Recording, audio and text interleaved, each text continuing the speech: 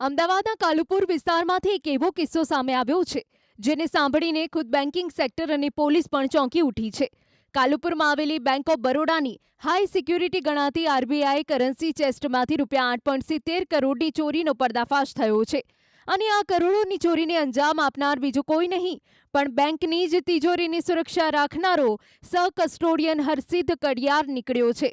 આરોપીએ પોતાની સત્તાનો દુરુપયોગ કરી અંદરથી જ કરોડો રૂપિયાનો હાથફેરો કર્યો હતો, જેનો આખો ઘટનાક્રમ બેંકના સીસીટીવી કેમેરામાં કેદ થઈ ગયો છે.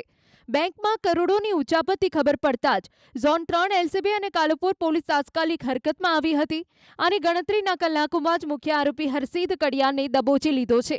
પોલીસે આરોપીની કડક પૂછપરછ કરીને તેની પાસેથી ₹2.20 કરોડની રોકડ રકમ રિકવર કરી લીધી છે.